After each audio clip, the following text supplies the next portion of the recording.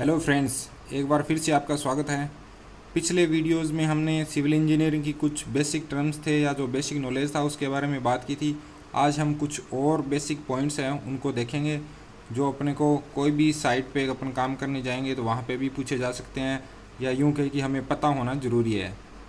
ठीक है, तो सबसे पहले देख लेते हैं। Maximum free fall height of concrete equal to 1.5 metre. इसके कहने का क्या मतलब है कि कंक्रीट जो होती है उसको अपन कहीं पे भी कोई भी काम कर रहे हैं, जैसे कि फाउंडेशन में डाल रहे हैं, तो उसकी जो ज़्यादा से ज़्यादा ऊंचाई कितनी रखी जाए जहाँ से कंक्रीट को डाल सकते हैं, तो ये होती है ज़्यादा से ज़्यादा 1.5 मीटर। इससे अगर ज़्यादा हाइट से डालेंगे तो वहाँ पे सेग्रीगेशन हो जाएगा, यानी पृथक्करण जिसको बोलते हैं हिंदी में, वो हो जाएगा। फ्री फॉल हाइट जो है इससे कम रख सकते हैं लेकिन इससे ज़्यादा नहीं रखनी चाहिए, उसका इफ़ेक्ट अलग हो जाता है। अब आता है next, least count of compass. Compass जो होता है वो एंगल मेजरमेंट इंस्ट्रूमेंट होता है, या डायरेक्शन जो अपने को बताता है कोई भी पॉइंट है उसके बिहार पे अपन कोई भी दूसरे पॉइंट की डायरेक्शन पता कर सकते हैं कंपास के उपयोग से। तो इसका जो लीस्ट काउंट होता है वो 30 मिनट होता है, यानी 30 मिनट ये कम से कम मेजरमेंट करके देता है, इससे कम ये नहीं कर सकता है। Least count of dumpy level is equal to 5 mm, यानी जो अपन लेवलिंग में जो डंपी लेवल काम में लेते हैं उसका सबसे जो कम से कम कैपेसिटी है मेजरमेंट करने की वो कितनी होती है, 5 mm। Least count of auto level, auto level का जो लीस्ट काउंट है वो भी 5 mm होता है। थियोडोलाइट जो होता है वो एंगल भी मेजरमेंट कर सकता है और डायरेक्शन भी बता सकता है। एंगल हॉरिजॉन्टल एंगल के साथ साथ वर्टिकल एंगल भी मेजरमेंट कर सकता है ये। तो इसका जो सबसे कम काउंट है वो है 20 सेकेंड। सबसे कम से कम ये जो है 20 सेकेंड का मेजरमेंट कर सकता है। The transverse reinforcement of columns are called ties and the transverse reinforcement of beams are called stirrups. यानी कोई भी, जैसे कि ये कॉलम है, ये मेन बार्स होगी जो इसके पैरेलल होती है, और ये कुछ ऐसे बार्स होती है इसमें, ठीक है, ये होती है ट्रांसवर्स रीइंफोर्समेंट बोलते हैं इनको। तो इनको कॉलम में बोलते हैं टाइज।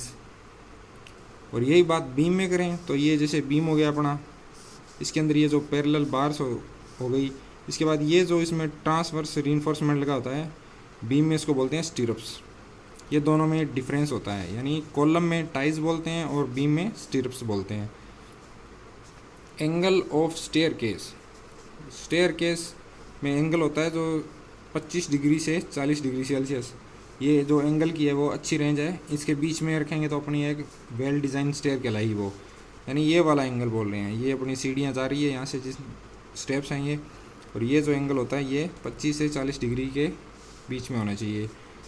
इन स्टेयर सीढ़ियों में जो स्टेप होते हैं उनकी कुछ डिटेल्स है, जैसे कि राइज़र और ट्रेड। राइज़र की जो रेंज होती है या अमाउंट होती है 150 mm से 200 mm के बीच में होता है इसका हाइट जो है राइज़र की। ट्रेड की जो लंबाई होती है वो 250 mm से 300 mm होती है। अब राइज़र ये अपनी जैसे सीढ़ियाँ बनी हुई है, ये एक स्टेप इसको बोलते हैं, यानी एक राइज़र और एक ट्रेड को मिलाएंगे तो एक स्टेप बन जाएगा। अब राइज़र ये जो सामने से अपन खड़े होकर देखते हैं जो कि वर्टिकल कंपोनेंट होता है, इसको बोलते हैं। इसकी जो रेंज है ये 150 mm से 200 mm के बीच में होती है। और ये जो हॉरिजॉन्टल कंपोनेंट होता है, जो अपन स्टेप्स के ऊपर चढ़ते टाइम जहाँ पे अपन पैर रखते हैं, तो वो ट्रेड कहलाता है। ट्रेड की जो डायमेंशन होती है वो 250 mm से 300 mm तक होती है। नेक्स्ट है स्टैंडर्ड साइज ऑफ ब्रिक। अपनी ईंट जो होती है उसका स्टैंडर्ड साइज होता है 19 centimetre into 9 centimetre into 9 centimetre. Modular size of brick, यानी मोटार के साथ में जो साइज होता है वो अपन लेते हैं 20 centimetre into 10 centimetre into 10 centimetre. Number of bricks in 1 metre cube is equal to 500 bricks, यानी 1 मीटर क्यूब अगर अपन वॉल्यूम लें तो उसके अंदर जो कितनी ब्रिक्स आएगी ये पूछ रहा है, तो वो होती है स्टैंडर्ड होती है जो 500 ब्रिक्स आएगी उसके अंदर। Cement ingredients are burnt at 1400 degree Celsius temperature, यानी जब हम सीमेंट बनाते हैं तो उसके जो इंग्रेडिएंट्स होते हैं उनको अपन 1400 डिग्री सेल्सियस तापमान तक पकाते हैं, तब जाके वो सीमेंट बनाने के लायक होते हैं, यानी तब उनसे सीमेंट बन जाता है। अब अपने कुछ कॉमन टर्म्स होती है, जैसे कि कभी कभी पूछ लिया जाता है 1 BHK का क्या मतलब होता है। तो 1 BHK में यहाँ पे B जो है वो 1 बेडरूम, H जो है 1 हॉल और K जो है किचन को रिप्रेजेंट कर रहा है। यानी 1 BHK तो एक बेडरूम, एक हॉल और एक किचन। फॉर एग्जांपल अगर 2 BHK दे दे अपने को,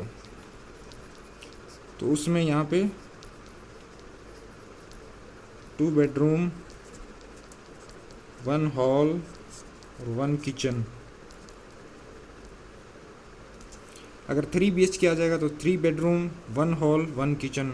4 BHK 4 बेडरूम, 1 हॉल, 1 किचन। यानी जो आगे वाला काउंट बढ़ रहा है ना, वो बेडरूम की जो संख्या है उसको बढ़ाएगा। हॉल और किचन है वो तो एक एक ही रहेंगे। शॉर्ट कॉलम्स फेल्स इन क्रशिंग। अपना जो कॉलम होता है अगर वो शॉर्ट है तो वो क्रशिंग में फेल होगा, क्योंकि जो उसकी लोड सहन करने की कैपेसिटी है वो अगर उससे ज़्यादा हो जाएगा लोड उस पर, तो वो उसमें क्रैक्स आएंगे, तो वो क्रशिंग में फेल हो जाएगा। लॉन्ग कॉलम फेल्स इन बकलिंग। तो अपना लॉन्ग कॉलम होता है, उसकी लेंथ जो ज़्यादा होती है, अगर उसमें जो कैपेसिटी है उससे ज़्यादा लोड आएगा तो वो बीच में से बकल हो जाएगा या बेंड हो जाएगा, तो उसको बोलते हैं बकलिंग। ठीक है, ये थे आज के हमारे कुछ इंपॉर्टेंट पॉइंट्स जो हर एक सिविल इंजीनियर को पता होना चाहिए, चाहे वो कहीं पे भी साइट पे काम करे या फिर कोई भी एग्ज़ाम की तैयारी कर रहा हो। तो अगर आपको अच्छा लगा हो तो प्लीज़ शेयर कीजिएगा और चैनल को सब्सक्राइब कीजिएगा। आगे भी कुछ और वीडियो में आपको इंपॉर्टेंट पॉइंट्स देखने को मिलेंगे। Thank you friends.